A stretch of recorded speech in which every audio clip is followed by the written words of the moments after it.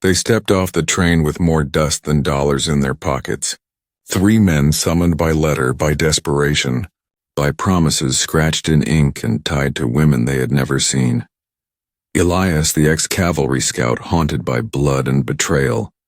Jonah, the brooding blacksmith with prison scars and a heart locked behind steel. And Caleb, the youngest, too gentle for war, too wounded for peace, still clutching a Bible that didn't stop bullets but gave him something to hold besides grief.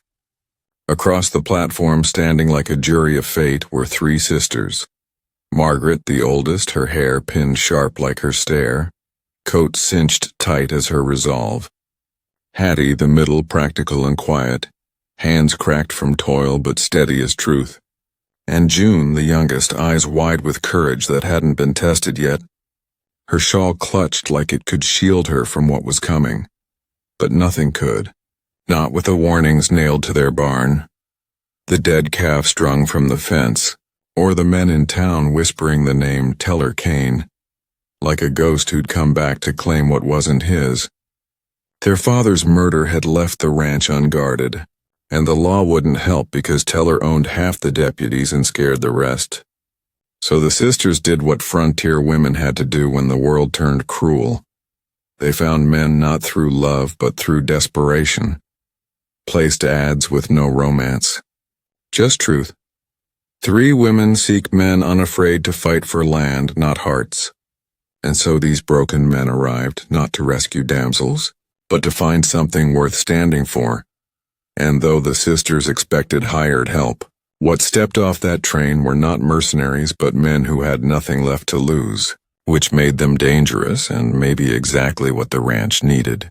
The first night, Elias walked the perimeter and found a trap rigged beneath the water barrel, while Jonah hammered iron into fresh hinges and replaced the shot-up gate before speaking a word, and Caleb, with trembling hands, buried the poisoned biscuits someone left on the porch and prayed over the dog that didn't make it, while June watched from the loft window and whispered, "Maybe God did send them after all." By morning, the sisters had their first real breakfast in weeks. Bitter coffee, tough cornbread, and silence broken only by the hammering of steel on steel, a sound that said, "We're still here." But survival wasn't victory. And Teller Kane didn't like obstacles, especially ones with guns. And when he rode up with 5 men and smiled that slow, greasy smile, Elias stepped between him and the sisters with a shotgun resting casual against his shoulder and said, "Best keep riding unless you're ready to meet the Lord today." And Kane laughed but didn't press yet. That night, Margaret asked Elias why he stayed, and he said, "Because men like him killed my brother and I want to see one fall." And she nodded because grief recognized grief, even when wrapped in pride. Hattie offered Jonah a biscuit and he only said, "Tastes better than prison food," which made her laugh for the first time in months. And June left a candle burning on the porch, hoping Caleb would come in from the barn, which he did just before midnight, holding a broken horseshoe and saying softly, "I think this place can be fixed too." The next day brought blood. Cain's men lit the hay barn and shot the rooster for spite. But Elias and Jonah were faster, one taking out a rider with a single shot to the shoulder, the other dragging the arsonist into the dirt by his collar. And by the time the sheriff arrived, Cain was gone again and the law said, "Let it go, girls. It ain't worth the trouble." But they didn't let it go. They rebuilt.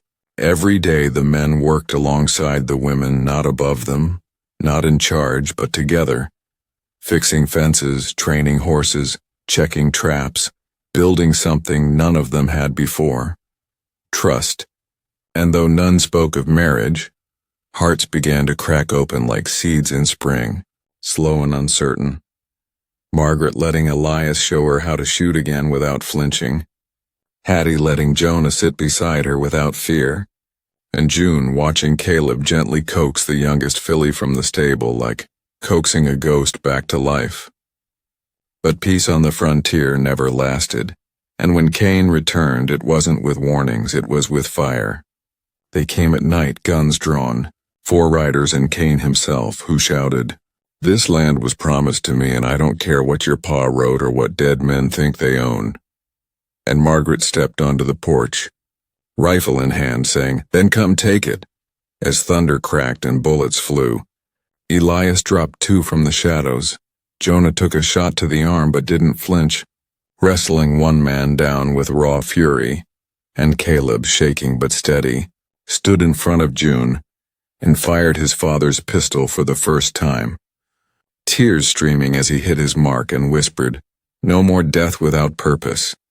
When the smoke cleared, Cain lay wounded but alive, pinned beneath Elias's boot, and the sheriff finally came, not to help, but because the town had heard gunfire and chose sides at last, and seeing the ranchers stand tall and Cain broken, they realized the women had done what the men never dared, fought back.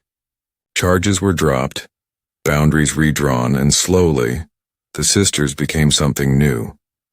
Not victims, not even just survivors, but symbols. The ranch thrived again, but more than that, so did they. Elias stayed and built a smokehouse, and every winter Margaret would sit beside him, reading aloud as snow fell. Jonah taught the younger boys in town how to forge tools, and Hattie ran the accounts, her hand resting on his knee during Sunday supper. And Caleb, though still quiet, built a chapel from salvaged barnwood, where June sang every morning and wildflowers grew near the steps.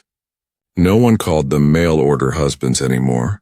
They were just men who came when called, stood when it counted, and stayed not because they were paid, but because somewhere between bullets and bread, someone had handed them hope and said, "It's yours if you're strong enough to hold it."